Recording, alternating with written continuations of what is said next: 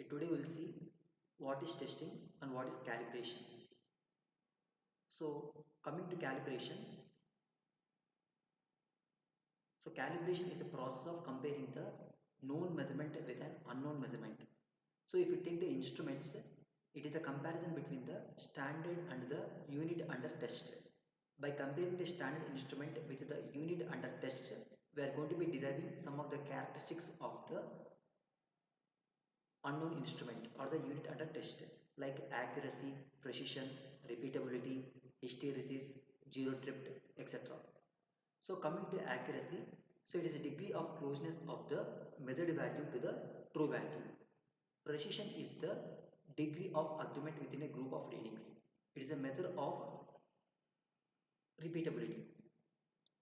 So hysteresis and zero drift, these are the some of the characteristics of the unit under test.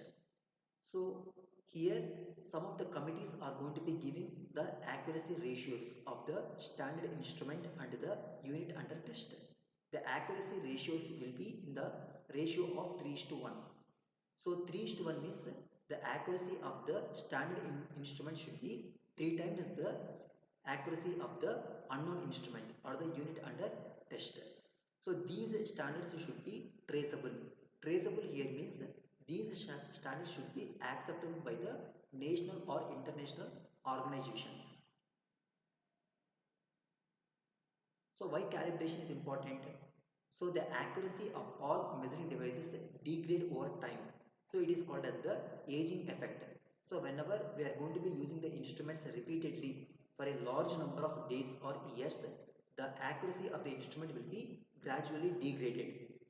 As a result, we are not going to be getting the proper results. So this is called as the aging effect. In order to overcome this aging effect, we are going to be performing the calibration process. Calibration improves the accuracy of the measuring device. Accurate measuring devices improve product quality. When a measuring device should calibrate, so a measuring device should be calibrated according to the recommendations of the manufacturer after any mechanical or electrical shock and periodically. So periodically means we have to calibrate the measuring instrument annually, quarterly means within the duration of 4 months, and monthly. Okay. So NABL stands for National Accreditation Board for Testing and Calibration. So it is the national committee which is going to be recognizing some of the calibration laboratories here. So in our India, the NABL is going to be recognizing some of the laboratories called SCPIMST, so Sri Chitra Tirunal Institute for Medical Sciences and Technology in Trivandrum, STIC, Sophisticated Test and Instrumentation System Center in Cochin, FCRI, Fluid Control Research Institute in Palakkad. So these are the some of the calibration laboratories which are going to be accepted by NABL for doing the calibration of different types of instruments. So coming to calibration report, a calibration report usually provides a set of results that show the performance of the instrument being calibrated in comparison to a reference instrument or standard. Suppose if you want to calibrate a DC voltmeter, we are going to be comparing the readings which are obtained from the DC voltmeter with that of the standard DC voltmeter. So by comparing those two values, we are going to be getting some error.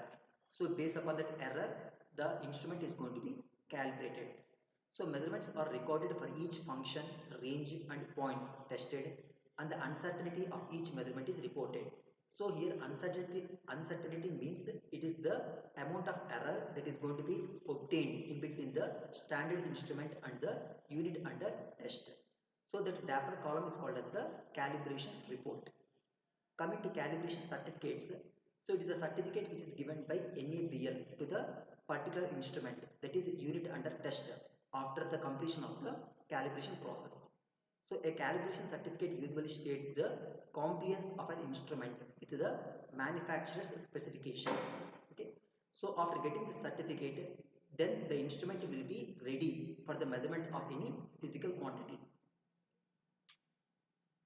So these are the different types of instruments by which you can perform the calibration. So coming to instrument calibration, So mainly in this class, first of all we will see what is the calibration of the DC voltmeter and DC ammeter. So coming to the definition of calibration, in simple terms we can say that the calibration is the process of comparing the unit under test with the standard instrument. So the simplest way to calibrate all voltmeters, ammeters and wattmeters is to compare the instrument reading with that of a more accurate instrument when they were both measuring the same quantity. So here the standard meters what we are going to be using, they are also called as the bench type digital meters or analog meters here. So in some cases high accurate voltage and current sources are also called as the calibrators. So coming to the DC voltmeter calibration. So here while we are going to be performing the DC voltmeter calibration, we are going to be taking two voltmeters. So one voltmeter is called as the standard voltmeter, which is more accurate compared to the voltmeter what we are going to be calibrating. So here this is called as the DC voltmeter to be calibrated. So these two voltmeters are going to be connected in parallel with the DC power supply. So on the front panel of the DC power supply, we will be having a power control. So by adjusting the power control, we are going to be allowing the required amount of voltage across the standard DC voltmeter and the voltmeter to be calibrated. So we are going to be tabulating all these readings. So for example, initially we are going to be keeping 0 volts across standard DC voltmeter and DC voltmeter to be calibrated. So both the meters will be indicating 0 volts only. Then there will be no error. Suppose if you take 10 volts, we are going to be applying 10 volts to both the meters, standard DC and unit under test. So if you observe the tablet column, the standard meter is showing the same value 10 volts only, but the unit under test is showing as 9.5. So if you compare the two values, the error will be minus 0.5. So similarly, we are going to be applying different voltages from 10 to 100 volts. We are going to be tabulating all these readings. So after tabulating all these readings, based upon the error, we have to make some modifications on the unit under test. After doing modifications, we have to compare both the values of the standard instrument and the unit under test. If both the readings are the same, then the unit under test will be ready for the measurement of different types of voltages.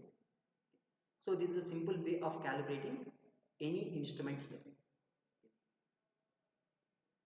So a voltmeter may be calibrated by comparing it to a more accurate or standard voltmeter measuring the same quantity.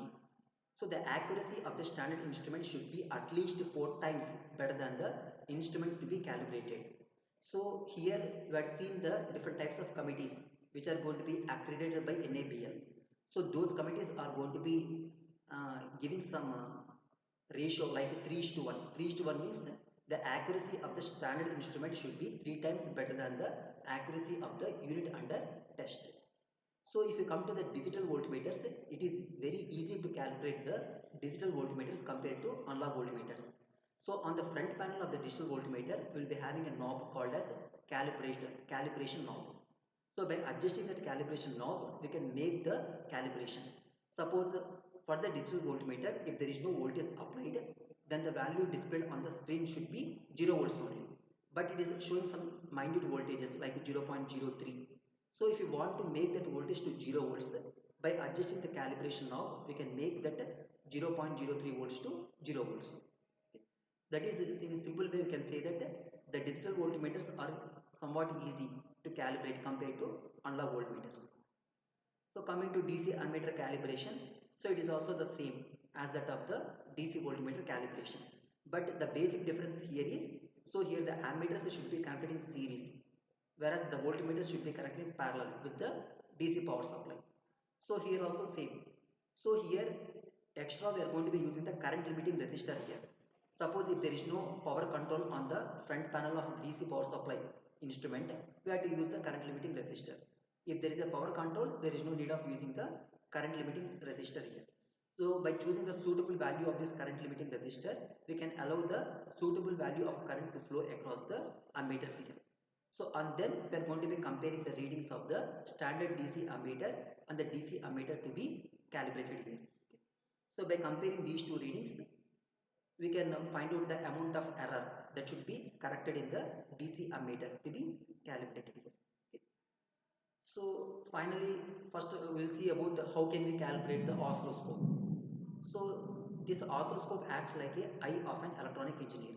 So in any circuit at any point we can observe the signals by using the oscilloscope. So CRO stands for cathode ray oscilloscope. So this is the front panel of an oscilloscope. So basically all the controls which are going to be appearing on the front panel can be broadly classified into three types here. So horizontal section, vertical section and the triggering section. Okay. So mainly we are going to be using the volts per division knob for adjusting the amplitude, times per division knob for adjusting the time period, and we will be having some triggering switches also. And then we will be having some channels like channel A, channel B. Suppose if you want to see the signals coming from channel A and channel B simultaneously, we can use the dual control. Okay. So coming to the calibration of an oscilloscope, so these are the main points which are going to be followed by any observer for calibrating the oscilloscope. So examine all the controls on your oscilloscope and set them to normal position. So first of all you have to observe all the controls and then you have to keep all the controls in the normal position and then turn on the oscilloscope. Then set the volts per division knob to 1 volt and then set the times per division knob to 1 millisecond. Then set the trigger switch to auto. So this is the mode. We have to keep the trigger switch in the auto mode. Next connect a probe to the input connector. So on the front panel we will be having the two channels. So for the two channels we will be having the input connectors here. Connect one probe to the input connector. So on the other end of the connector should be connected to the calibration terminal. On the front panel only of the oscilloscope we will be having a calibration terminal. So the other end of the probe should be connected to the calibration terminal. Then on the screen you will be getting a square waveform. So that square waveform is going to be adjusted in a proper way by using the volts per division knob, times per division knob and intensity knobs, focus knobs all will be set in a proper way. So and then the particular instrument or the oscilloscope will be ready for the measurement of different types of electrical signals.